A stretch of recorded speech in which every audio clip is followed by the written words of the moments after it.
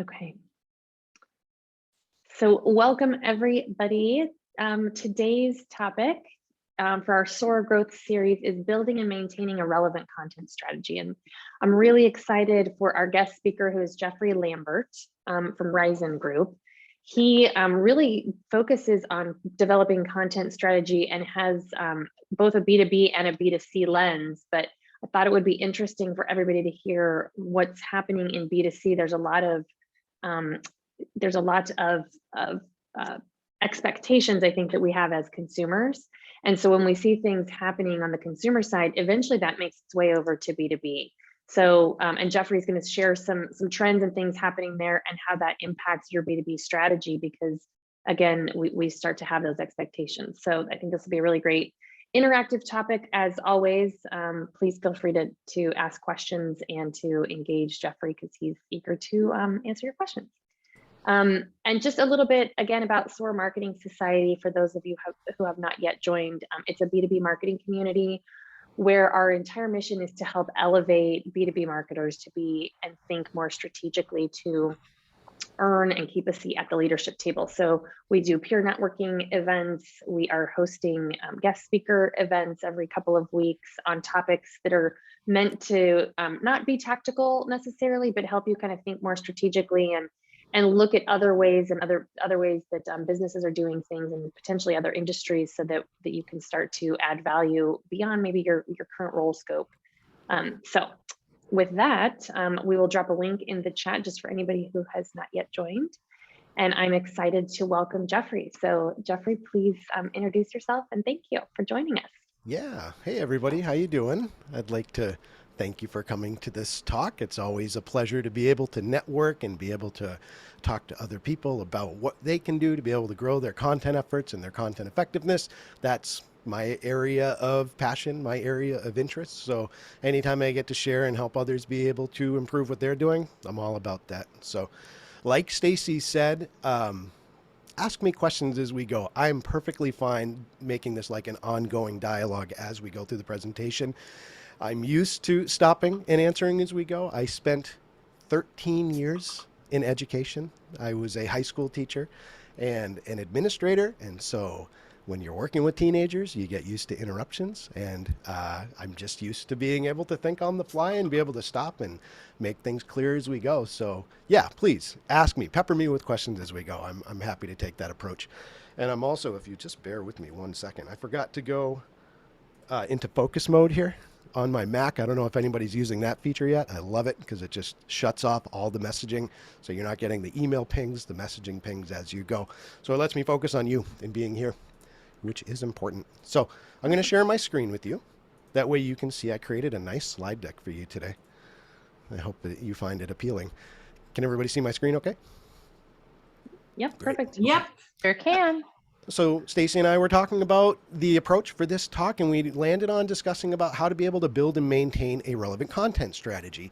And for me, coming from an agency that deals with both B2B and B2C clients, you know, I get to see kind of the range of approaches that other companies are taking as we discuss with them what their goals are and their approaches.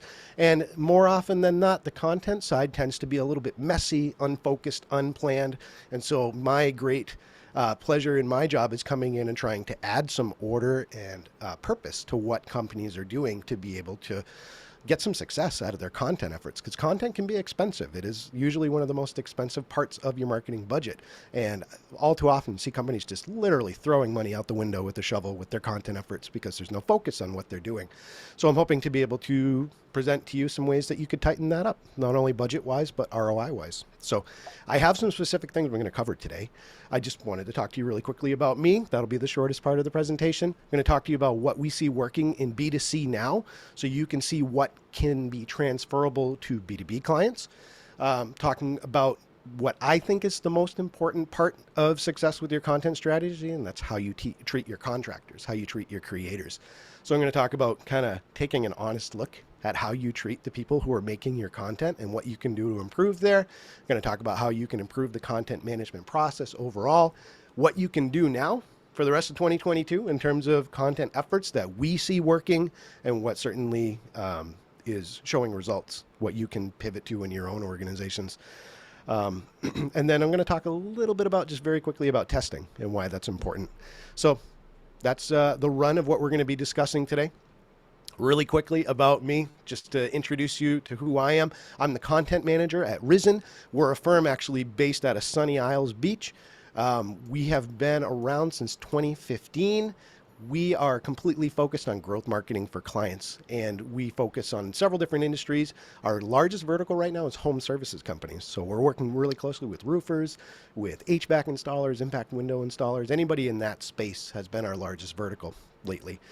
My job and my philosophy, I guess you could say, as a content manager, is to try and figure out, how does content lead person to the next action? So if you're creating something, what are they going to do after interacting with that piece of content? Because if that's missing, there's really no point in creating content. So that's my personal philosophy, and the question I ask with every content piece I help bring into existence: what's the next action? What is the point of this? So as I share with you some insights into working with content creators, I was a freelancer myself, a content freelancer myself, for over 10 years. And so I feel like I have a good understanding of what it's like to be in the trenches on the other side, and not just in the management side. As a teacher, we're not paid too well in the United States. And so my summer job was content freelancing. So that's what I did when I wasn't teaching. So now that I've moved into management, I get to see things from the other side, but I took it with me to be able to help freelancers do a better job in creating content for organizations. So I'm going to try and share some of those insights with you. I'm not originally from Florida. I am based in Florida currently.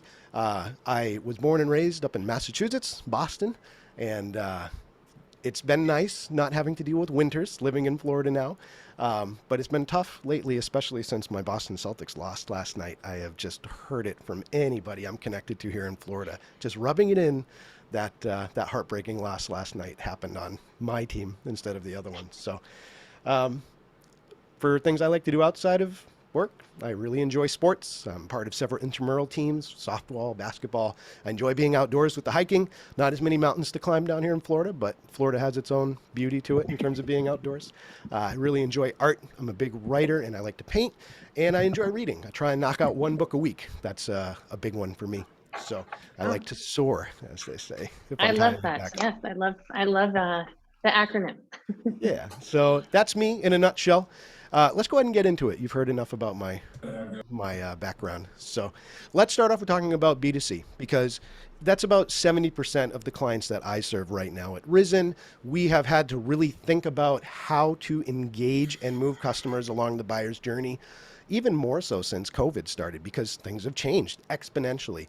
And so now that we're into 2022, into the first half, we've really stress tested some different approaches to marketing for our B2C clients. And we've begun using those with our B2B clients, and we are seeing like just amazing success in terms of what's actually working. So I wanted to share with you some points into what we see as not maybe new trends, but new trends in the past 3 years, but what's working in B2C currently in 2022. So if I had to sum it up, there's 4 specific areas that I believe that B2C is really succeeding with now, or reaching, I should say, consumers if you're a B2C company. Number 1, social media. It's so important having that presence. We know that already, but we see it even more so now because we've seen clients, whether you're a business owner or whether you're a consumer looking for a solution for your home or a tech product, whatever it is, that space is melded and people are going to the same places to get that information and learn about companies. The average American adult spends 95 minutes a day across social media platforms. This is where they are. So this is where we need to be. And if you don't have a strong social media presence for your organization, you are missing out on a valuable channel to be able to reach people. And that doesn't just apply to B2C, but it certainly is the leading thrust for B2C companies now. We see more and more, secondly, how important social responsibility is to consumers when they're choosing brands. And that has to be put into the marketing on a consistent basis. What do you stand for? What are you doing to make the world a better place? In a recent study, just to stick it in here, 70% of Americans want to see some sort of action in terms of what your organization is doing to make the world a better place. That has to be a part of your marketing. It's, again, a staple in B2C marketing, but also very important for B2B companies as we move forward. We're seeing a really interesting trend, and I think this is really exciting because it's repurposing things that I'm used to as a child, but as an adult, it's taken on a different form. And that's that we're seeing physical locations turn into, instead of closing down, companies are thinking of new ways to be able to use their physical locations to be able to supplement the buying process online. So what does that look like? We're seeing stores in malls. We're seeing strip mall presences really shift from just being a place where you go to look at products or to be able to test out different things before installing or purchasing. And they're becoming these sort of low pressure showrooms. Come in, play with the products, ask us questions. We're not going to try and sell you on this. It's meant to be a visual experience. We see people using physical stores as fulfillment centers. You buy it online, you like it, come and pick it up so you can get it quicker. Instead of being a place where you go and make the decision, you've already made the decision. You're going there to just pick up the product. We see that more and more. Physical spaces are becoming demonstration areas more and more, again, where you can interact with what you're interested in buying. And there isn't that overarching pressure to be able to purchase on site. It's just a way that you can further interact with the process as part of the journey. And then, of course, overall, we're seeing a social gathering strategy happen more and more, where if you own a location in a certain area, you're hosting an event that's focused on being able to get people excited about something, to be able to connect with one another, something that integrates into the community.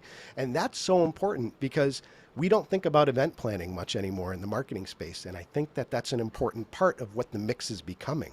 So we see that also as a B2C strategy that's really showing success. Just as an example, we have an impact window installer company. We just finished converting their showroom in 2020, where before it was a place where they were driving, or they were trying to drive sales specifically. You go in, there's windows, there's doors for you to be able to play with, but people would get you right at the door and they would try and get you to make a purchase before they got out of that specific space. We converted that space to be more about just going through and trying out the product. And so we have only one person who's staffed in that showroom at any one time. They're not allowed to push a sales pitch unless they're asked to. Their job completely is to get the customer or the person who came into the store to interact with the product. That's the goal. So it's not meant to be a closed part of the customer journey. It's meant to be an interaction, moving people into that all important consideration stage and comparing options, but getting rid of the direct sales approach. So that's important too. And then contextual commerce. It's a hot word right now. Again, we're seeing success with it. You need to look at it too. Are you looking at ways to gamify the process? Do you have ways, once you have someone visiting your website or interacting with you on social media, to be able to learn more about your company in a fun way? Is that something you're doing? Are you available on voice search to be able to answer questions, to be able to learn more about your specific company or your service or product? These are all working really well for customer engagement, not only in B2C, but more and more in B2B. We just don't see B2B companies realizing this and actually making the switch towards these strategies. And that's where you, if you're in that space, can be ahead of the game. One example of this, just to share it with you, one of our good friends and partners, companies that we work with very closely, is a company called Trainual. Does anybody use Trainual here? No? So Trainual is it's essentially a digital manual where you can document all of your processes and company procedures in a way that is easily accessible to your employees. So you could use this for employee onboarding, for explaining steps in a certain process in your department. And they have a gamification element where you can add quizzes or interactive response elements to people as they go through your manual. So instead of just giving them that dusty physical manual that was sitting in the drawer or giving them a Google Doc, this is a way to make the process more interactive. And Trainual is primarily B2B. They work specifically on trying to get other organizations to adopt their platform. And one of the things we've seen them do in the past 2 years, which I think is brilliant, we all know the success of The Office, right? It's one of my favorite shows. I think I've watched it probably 3 times through, not to be too embarrassed by admitting that, but we saw Trainual directly contact NBC Universal and ask them for the rights to be able to use the company as part of a marketing pitch that they put together for B2B campaigns that they were planning. And so instead of taking the more polished suit and tie approach, they went with a pop culture approach with all of their marketing, all of their ads. They featured specific actors from The Office doing pitches for their product, showing off how it works. You can see a of, I can't remember his name off the top of my head, well, Stanley in The Office, but Mhm. just as an example of their pitch for this. And the whole goal was to just keep it light, to connect with people on something that they're already interested in outside of work, but has a business connection. And then using that to start a conversation and build the relationship. They've seen incredible success with this particular marketing campaign. And this is an example of a B2B company using a B2C, primarily B2C strategy in order to be able to move the marker and get ahead of their competition. So it's working. Absolutely. And that's just one example. So let me stop That's real quick. interesting. And are there any questions on some of the things I covered going back to what's working in B2C in 2022? Any insights on what you see in addition to this as working? Okay, that's all right. I Yeah, I see mean, you're a question. Oh, go ahead. I was going to say it's interesting around the contextual commerce, the gamification, because there's some B2B companies that are really embracing that, and others that are still struggling to try to figure out how to make that work. Yeah, I agree. There seems to be a good 2 to 3 year delay with B2B companies when it comes to transferring what works in B2C. I don't know why that is necessarily. I think just some of it has to do with an unwillingness to try new things from the top down. B2B companies tend to be more legacy companies, usually have older people in administrative positions. And so there's sometimes an unwillingness to be able to try new things. But there's an opportunity for companies that want to be more on the cutting edge, at least in some of their campaign efforts. Cool. Yeah, I was going to just say, I think on the social responsibility one, that's, you'll see, I think this goes for B2C, B2B companies that, everybody wants to participate in the conversation, right? In big movements and things that are happening. But a lot of it is that there's not necessarily a lot of action being shared as to what specifically they're doing to support some of these movements. And so, it's easy to go ahead and say, yeah, by 2030, we're going to be fully sustainable, right? Or by 2035, we're going to have something. And the question is like the accountability piece and how that's going to become, I think, more of a marketing opportunity to show transparency about specific actions that companies are taking, Yeah. so that it's not just lip service, but there's real proof points behind the movement. Yeah, I think there's a PR element to this too, building on what you said, Stacy. We see, especially, consumers are judging companies based on also the company they keep, not just the social responsibility that they put out themselves. And so even businesses have to be really careful about who they're partnering with. What does this company stand for? What's their track record? Am I stepping on a landmine here by doing any sort of public collaboration with this specific group or buying into their services? We have to think about that now. Absolutely, Mhm. because of the potential damage that can be done by partnering with the wrong group or getting services from the wrong company. Yep. We have a question in the chat. Jeff, Jamie wants to know, can you give an example of how a B2B company could employ gamification? A good question. One thing we've tried with one B2B company, and this is like top of level when it comes to gamification, but we've built journeys with branching patterns using a software called, oh no, I can't remember the name of the software. I'll get back to you on that. But there's a specific software where you can build interactive quizzes, if you will, that allows the individual to go through the process of answering questions that will lead them to a specific outcome. And so this is an easy way for companies to get started with gamification. Build a journey where they can start somewhere and make decisions and get to a certain outcome that shows them either the benefits of the product or service you sell, or shows them what the damages or the fallout of not choosing your product or services.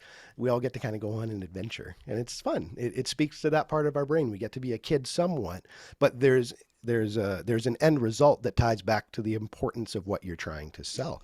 So when we get to the end, I'm going to look up the name of the service. I've got so many swimming around in my head, it's not coming to me. But we use that with, just as an example, one of our companies that sells to contractors. They do impact windows specifically to other businesses, restaurants, corporate buildings, things like that.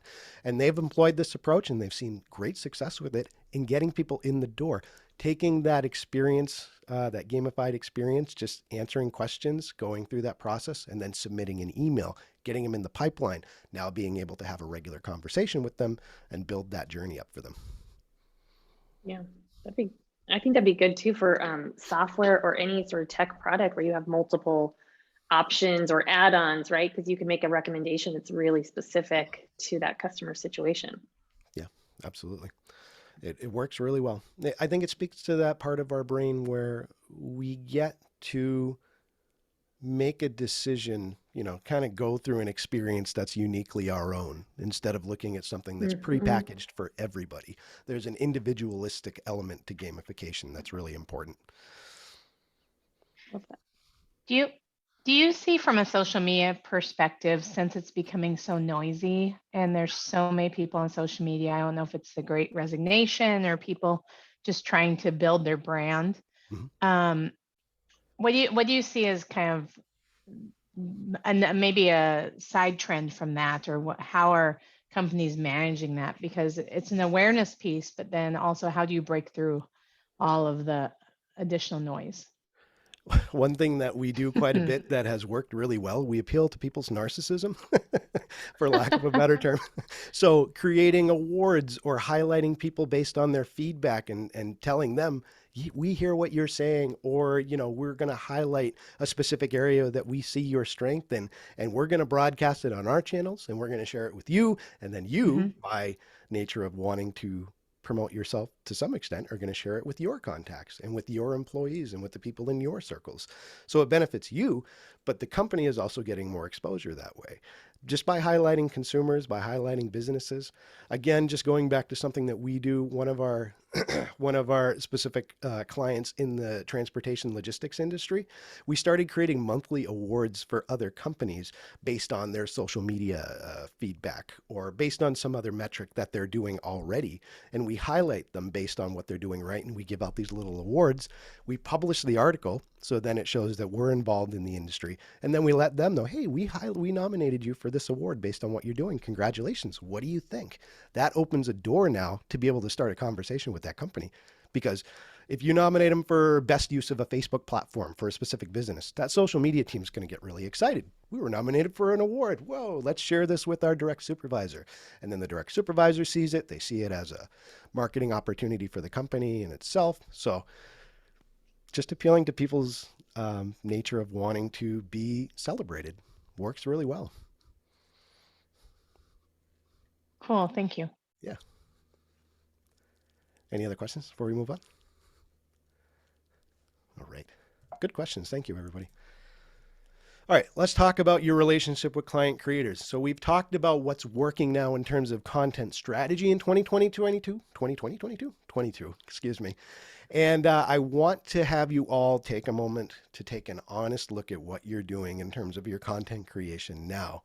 And I want to talk to you about what you could probably do better, or if you're doing already, give yourself a pat on the back for doing. It's important. The first line of success with content creation is making sure that you take care of your content creators. Now, you may have an in-house team. That's great.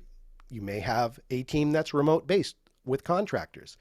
Either way, you have to make sure that you're setting them up for success, or your content's not going to be good. And then you're just throwing money out the window. It seems simple, but so many companies don't stop and just realize that important beginning step. So look, we have to look at what content creators look like in 2022. Whether we think it's great or not, in-house teams are going the way of the dinosaur. We see more and more people establishing themselves as freelancers across the globe, as opposed to working within organizations to create content. 31.4% of the global freelancing workforce of the workforce are freelancers. They work for themselves. That number this is a 2021 number. So imagine how much it's grown just in 2022 alone with the Great Resignation, as you mentioned, and more people wanting to work for themselves.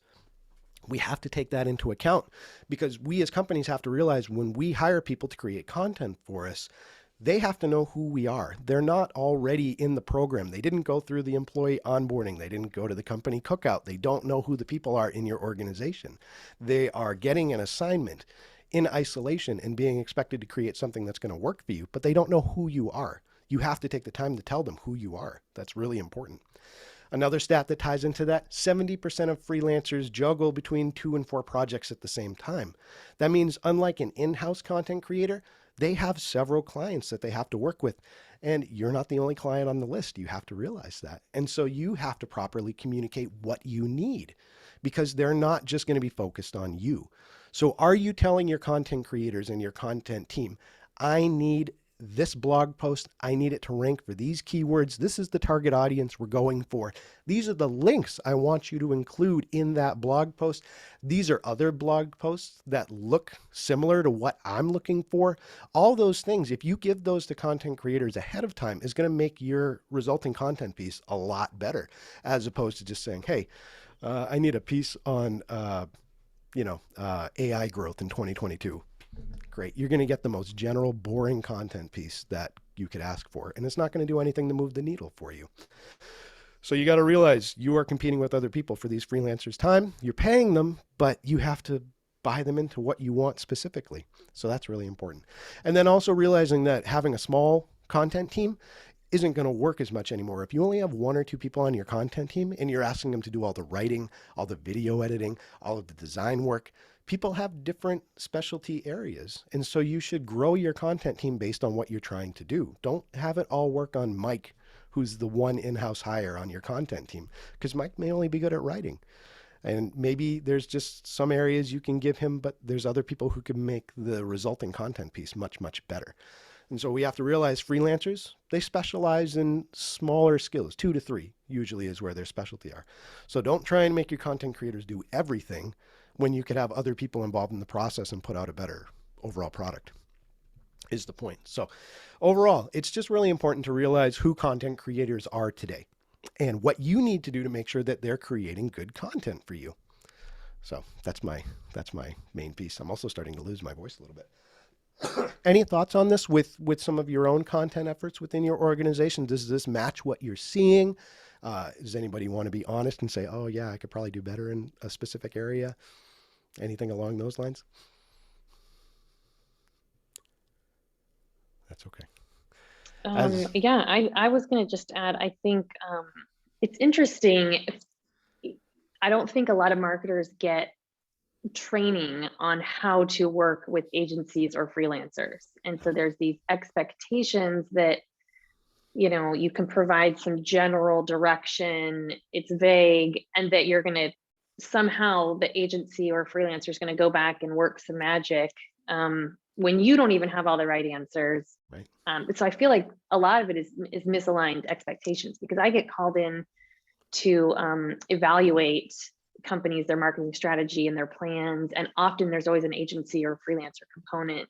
Mm-hmm. And the general sentiment that I hear is, I don't think our agency gets it. I don't think the freelancers know what they're doing. And so I always look, well, what kind of direction are you giving to these people? Let's see how you're able to answer these questions, high level, big picture.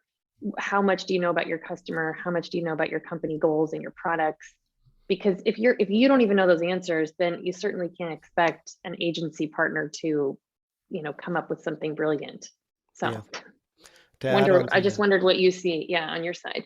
Yeah, to add on to that too, Stacy, I don't go too deep into this presentation, but again, it's amazing to me how many companies have not done a thorough branding process for their organization, who have not done a thorough buyer persona creation process.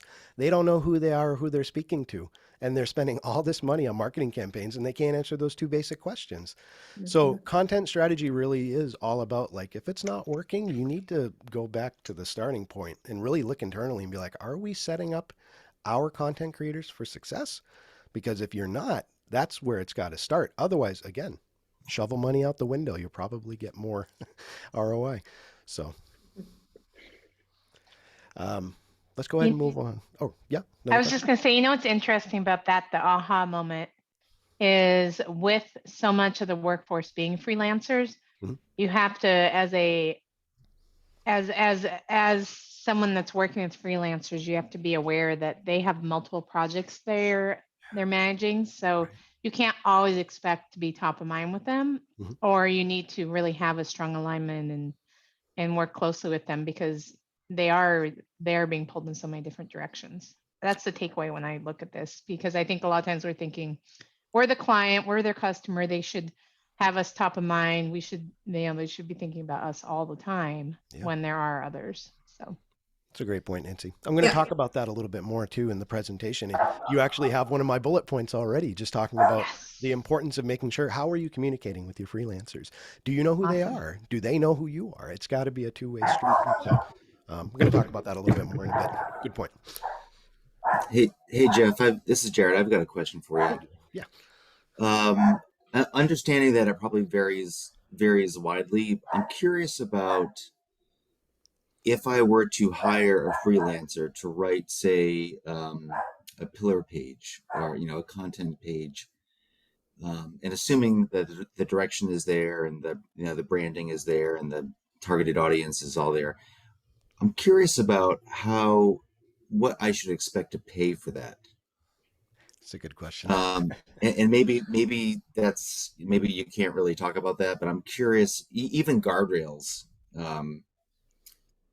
like is it, and how to think about pricing it?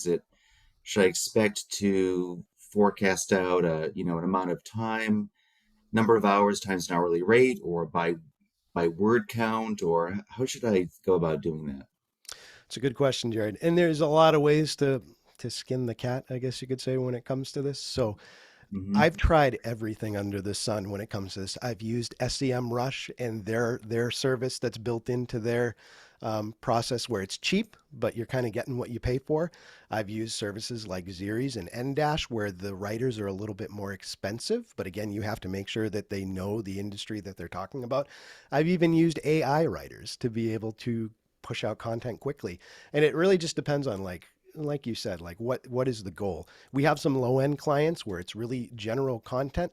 We can get away with possibly using a lower priced writer because the focus of it is it's not as technical, I guess, for lack of a better way to say it.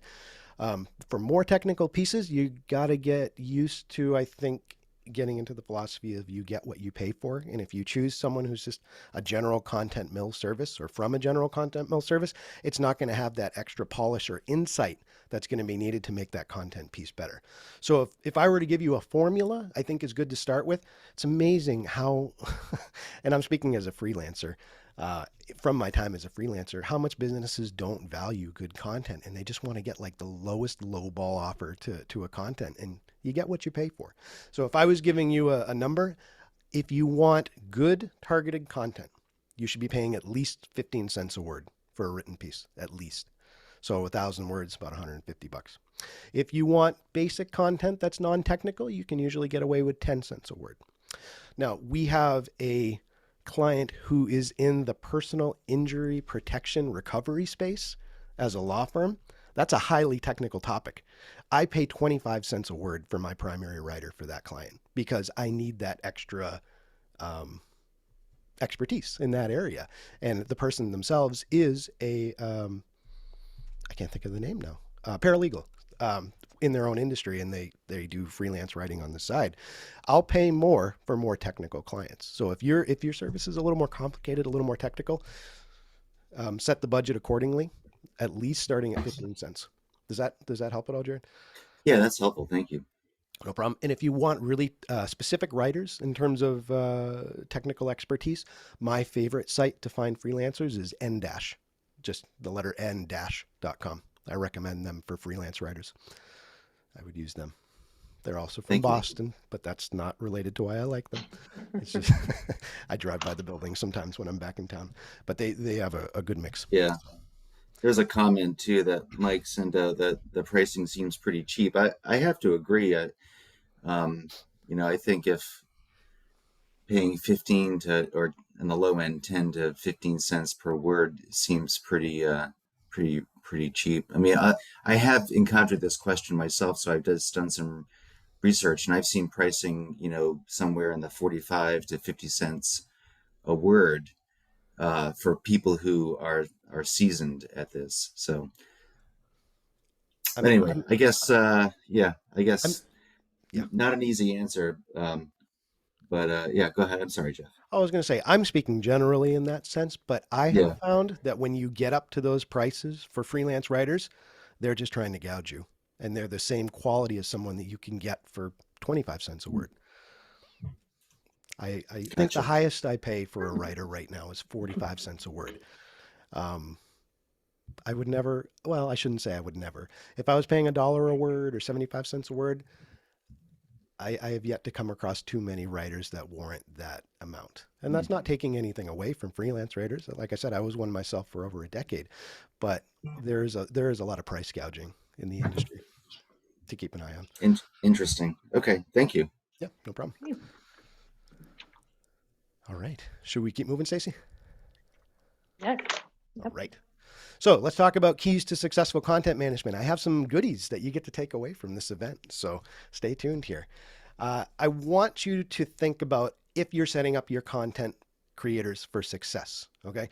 And so there's certain things that you need to make sure you're doing in order to make sure you're getting the best possible content.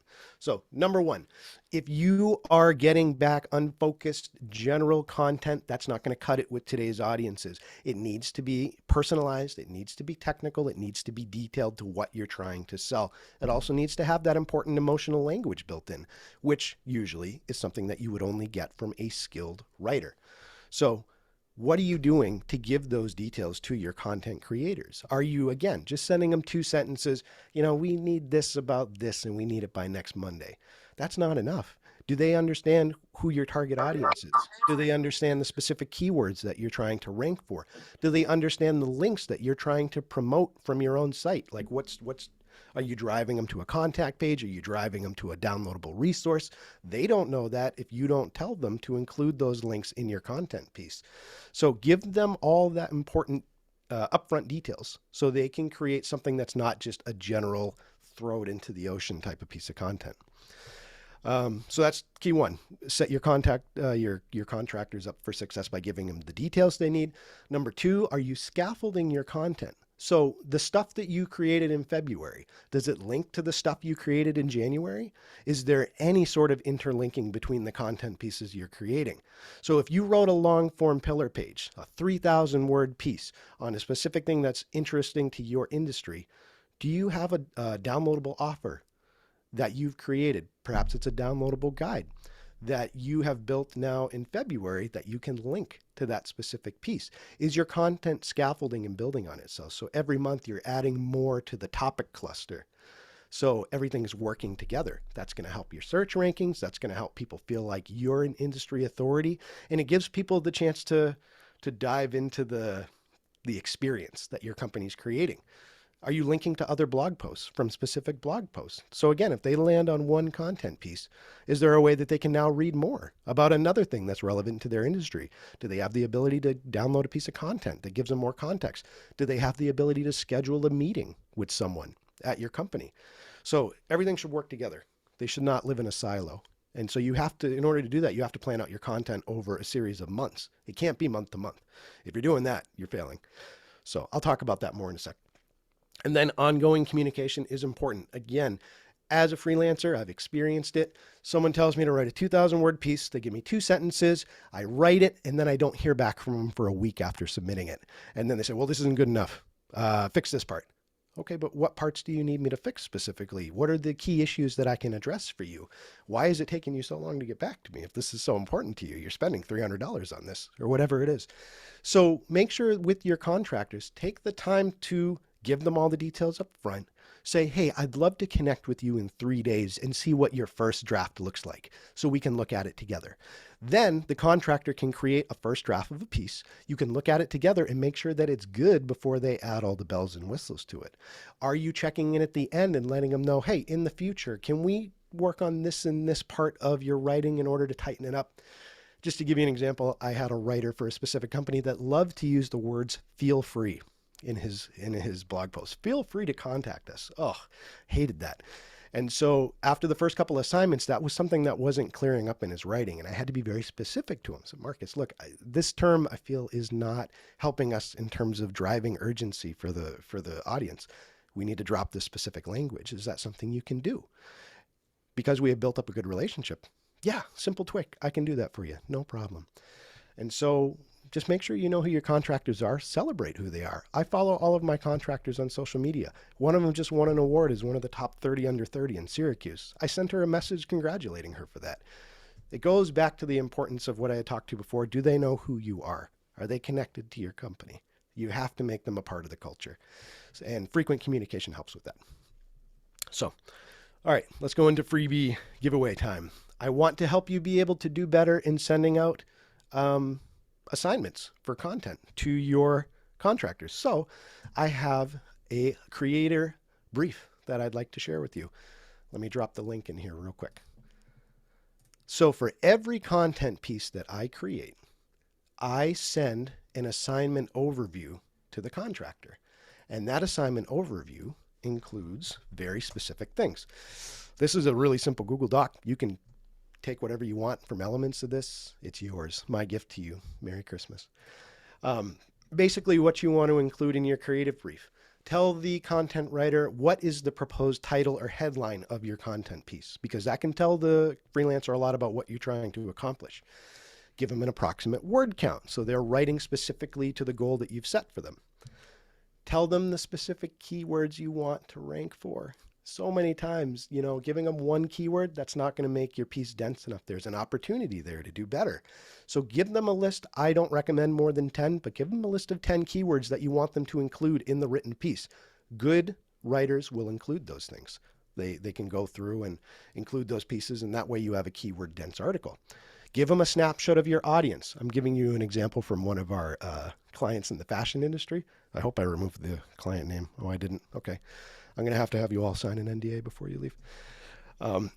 But notice how we give them a specific target audience profile. They know exactly who they're writing for. There's no question here for them about who the audience is, and that's going to impact the wording and the language that they use. So really important. Tell them the goal of the content piece. Is this one of a series of articles that are going to link together? Make sure that you include any subsections. Do you want them to cover certain specific topics within the article? Include that. Make sure you include any links. What do you want it to link to? The specific piece. Does it go to a downloadable resource? Does it go to a content page? Give them the links to include that in the piece. Links for research. Give them examples of stuff that you've seen that looks like what you want them to model. So, Mashable wrote this great article. I'd like it to have this sort of tone. Give them that link so they can look at it before they start writing yours. Give them models to be able to use to create your content. So, if you give all of this information to your writers, and it doesn't just have to be writers, this can be for video scripts, this can be for podcast episodes, this can be for creative ads, whether it's print or digital.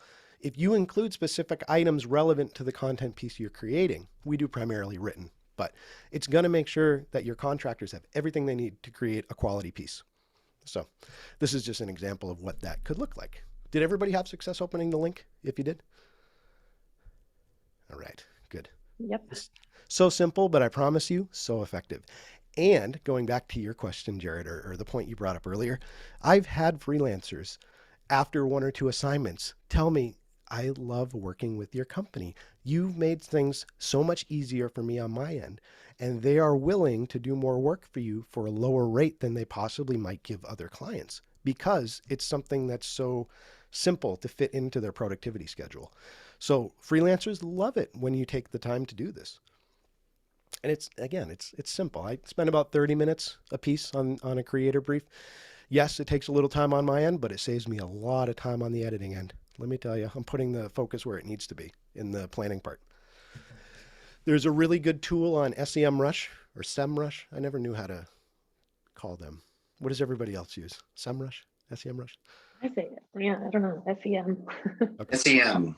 Good. Okay. I'm not alone. I've heard people say SEMrush and my brain kind of goes off like, that doesn't sound right. But SEMrush has a tool called a content template. It's in their content marketing little section in your account. If you type in the target keyword that you're looking for, it will spit out 90% of this information. And then you're just adding the pieces that you want to your overall creator brief. So it can save you a lot of extra time using that tool if you're using SEMrush already. It's one of my favorite tools for content management. And that's one big perk. So that's how you can help your content creators create better content. Now let's talk about the planning part. Remember, we talked about scaffolding your content, making sure that it all ties together. And if you're doing it just off the top of your head once a month, that's not going to lead to success. I recommend it's another simple tool. It's called a content compass. Basically, a content compass is just a laid out spreadsheet that asks you to input specific information over a longer period of time. So this is an example of one.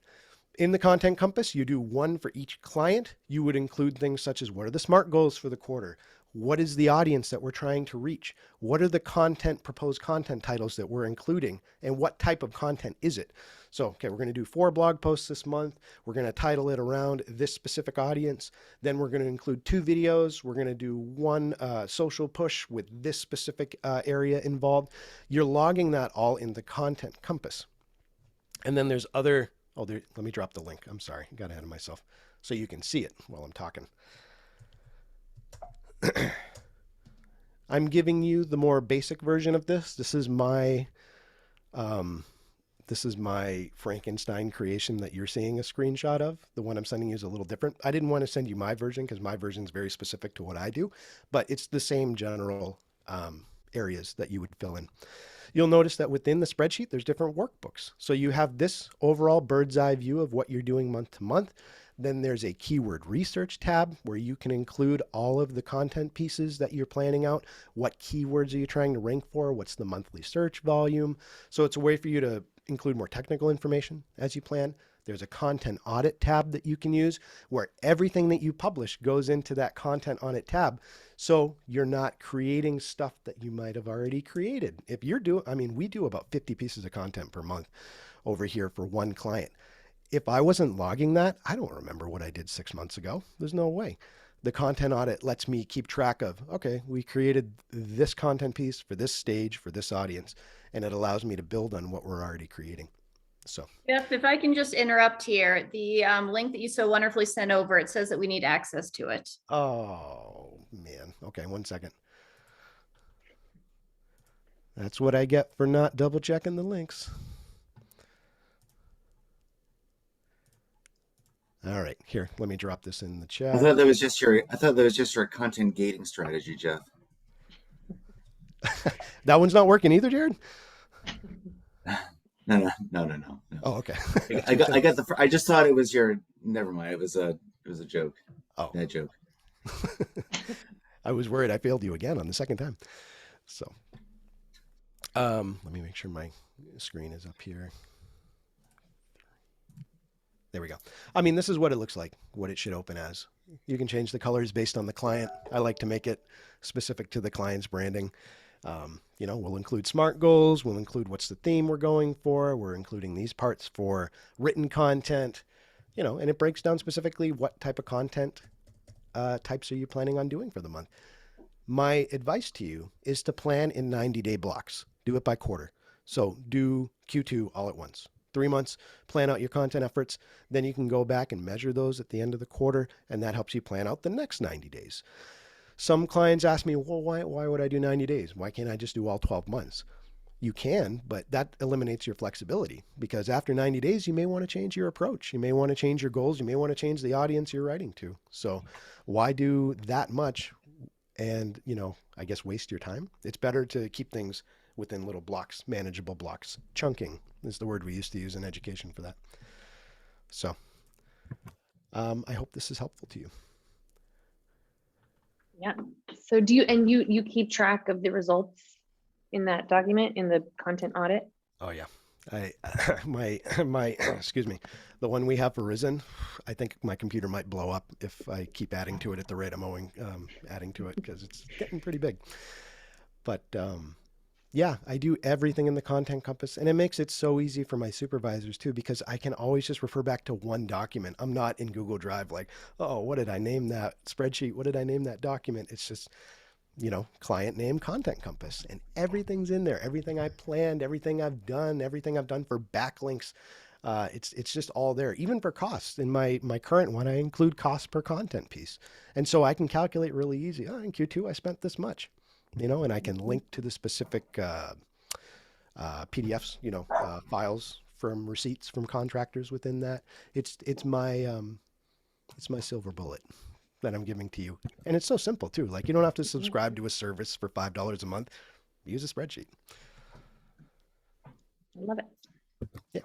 So those two links. And then the third one, I don't really have a method for this. I just, like I said, I try and keep frequent contact with my freelancers. I actually set a recurring task in our project management software. We use Teamwork to follow up every 3 days with a contract writer. And for shorter pieces, if it's 1,000 words, it's usually done by that point. So I'll have to maybe do it within 24 hours to check in on the first draft. But if it's like a 3,000 word piece, yeah, usually give them 72 hours because it's going to take a little longer. I've just gotten in the habit, like I said, I know all my contractors by first name. I follow them on social media. They know I'm going to be checking in on a regular basis with them. And we're better for it. I can't remember the last time I even had to let go of a contract, content creator, because we have a good relationship. Awesome. So, okay.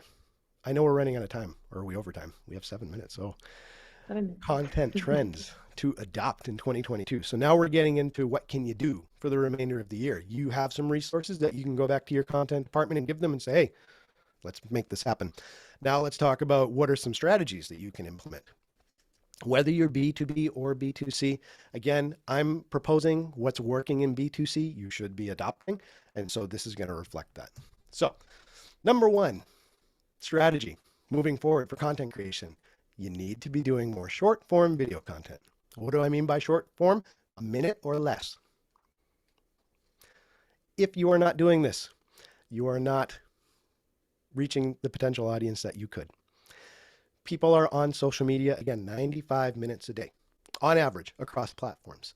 They do not have time to watch a 15-minute video on YouTube, or what I see B2B companies especially really overdoing, sit for an hour-long live webinar. And Stacy, I have to commend you and say it's really good that you do these pre-recorded, because you're catering to your audience and saying, if you have the hour, great, join us. If you can't, here's the link so you can watch it on your time. There's so many companies that don't do that. It's like a get it now or never type of attitude, and that's the wrong approach. So there's an opportunity here, even from this talk, cutting this into short form pieces and making it digestible. People might enjoy one little clip that I've talked about, and then they go watch the whole thing. You're spreading out your ammunition, and short form video is working so well. If you're doing short form video, it is highly recommended that your social media team is posting 4 times a day. Now, it can be content that you've posted before. There's nothing wrong with that. It could be something you posted 2 weeks ago, but you should be posting new content 4 times a day in short form. And that will keep you in the front of people's feed, especially if they're subscribed to you, but also just based on the algorithm, it's going to keep you front of mind to the people you're trying to target. So we see B2C marketers using this. Just to highlight, it's the second highest return on investment strategy that they found so far. Influencers is number 1. Influencers, you have to look at the industry you're trying to reach. So use that with caution. But short form video works across. Absolutely. Okay, so that's number 1. Number 2, make sure you're writing for machines and humans. Again, this goes back to how you treat your content creators. If you are just putting something into SEMrush for a quick article, or you're using an AI writer and you're just trying to keyword pack, that's not going to help you now. And Google themselves has said that they value human-centric content more, and that will affect your ranking. So you have to ask yourself, am I covering the keywords, but am I writing something that's actually interesting to the user? I am a big proponent of the inverted pyramid model when it comes to writing. Put your most important information first, make sure that you have emotional language, and then people are getting that hook first, and then they'll read on if it's relevant to them. So I'm using strategies like emotional language, using the inverted pyramid, those types of things to get people interested in my content, but also making sure that it can rank. So you're writing for machines and humans. It can't just be about trying to create some general piece. Great, you included 3 keywords. That's not going to cut it now. It has to have some sort of hook to it. So there's that. Repurpose your content, but do it in a smart way. So if you created a blog post, don't just leave it alone. Maybe you can turn the blog post into 4 or 5 short form video pieces. Maybe it's 1 long YouTube video. Maybe you can take and record a podcast episode out of that blog post, but don't do it in a lazy way. And what I mean by that is you can't just take the piece that you created for written content and then expect for that to work on video, because your sentence structure has to be shorter. It has to be more punchy. There's some things you may not want to go into as deep of detail about if you're recording it for video or audio. So repurpose, but make it fit the medium that you're creating it for. And it's so much easier to take something that's already created and transform it, as opposed to creating 4 new separate pieces of content. So when you're filming YouTube content, make sure that you have the ability where your subject is centered in the video. So that way you can cut it into vertical video and it's not going to look stretched and weird. Don't follow the rule of thirds if you're, for my photography people in there, when you're filming video for social, because that's going to make your content look really weird if you're putting it on vertical platforms, vertical social platforms. So repurpose is really important. And then, of course, like I talked about, plan purposely. Make sure that you're giving people information they need to create successful content at the beginning, not the end. Make sure you're planning out your content efforts in at least 90-day blocks. Take the time to establish communication check-ins with your freelancers and your contractors. Communicate with them. If you can do those 3 things, I promise you're going to see your content skyrocket in terms of its effectiveness. 2 more real quick. Testing. Testing is really important. We use a specific once a month strategy in our content's overall strategy, where 1 piece a month is used for message testing to our target audiences. So instead of relying on industry research reports or paid surveys, we look at those, but we also try and use content to speak directly to our audience. So if we're trying to target roofers, we'll create content testing out a message or a headline to see if it resonates. And if it does, we know that we have something now that we can use for our other content pieces and our other ad efforts that resonated. And if it didn't work, then you chuck it and you keep going. But testing has to be a part of the process. So I would encourage you, have a little R&D in your content. It's important. We subscribe specifically to a strategy where we use Facebook to test message to our audiences. And it works really well, like really well, in terms of seeing what we get for feedback. And then we use that as part of our ad and content efforts, because we know what messaging is actually causing them to click or to read something or to watch something. But if you're not testing it, you're not going to find out what that is. And then just as a little throw in at the end, inbound marketing's the cool kid right now. I love inbound marketing. We're a HubSpot partner. Outbound marketing still has a place, especially for B2B audiences. Don't feel like you need to throw that all out. So using billboards, going to trade shows and shaking hands, using door knockers, doing cold calls. It's how you do it more than just saying we're not going to do it anymore. And that's really important. So what I would recommend if you are undertaking outbound marketing strategies, number 1, make sure there's an action associated with the initial outbound connection or contact. So, hey, how you doing? Instead of trying to push them immediately, have them take a next step that gives them something back in return. Could be a free resource. It could be a coupon. It could be a free trial. It could be the opportunity to connect with someone live. There's a lot of options you could use there. Make it relationship focused, build up the relationship if it's outbound, and then use automation to supplement that. So you can use AI to really help with check-ins, with follow-ups, with sending them relevant content based on their stage in the buyer's journey. But outbound marketing can still work. You just have to really make it more responsive to them, as opposed to just trying to interrupt them and wedge yourself into their daily life. It has to be a softer approach. That's it. I talked a lot. That was a lot. It was good. That was really, I think, thoughtful, and helps give us all a plan of things that we can see where things are going and try to work some of this stuff into our plans. So thank you. You're welcome. I can include this slide deck. Well, Stacy, I think you have the link. I'm happy to send this to everybody. We'll be sending out a replay and a link to the deck. I was just going to have you maybe just, if people want to get in touch, what's the best way to get in touch with you? Oh, I probably should have included that, huh? You can email me at jeff@gorizen.com. Our website's on the screen. If you have questions following up from here, I'm happy to answer them for you. No sales pitch involved on my end. I just want to see you be able to be successful in what you're doing, collaborate, network. I think it's really important. So you can email me at jeff@gorizen.com. You can also find me on social media. Just Google, or not Google, I'm sorry, on the different platforms. I'm just Jeffrey A. Lambert. That's my handle. Okay, perfect. All And then right. Well, thank you so much. Yeah, absolutely. And, I look forward to connecting with everybody as we move forward. And any ways that we can partner or any ways we can grow together, I think that's key. Absolutely. All right. Appreciate your time, and thanks everybody for joining. And we'll be sure to send this out so you guys can get in touch with Jeff. And just thank you so much for your time. Absolutely. Appreciate Good to it. meet everybody. Yep. All right. Thank Bye, you. everyone. Bye, everybody. Bye. Cheers. Bye. Thanks, Stacy.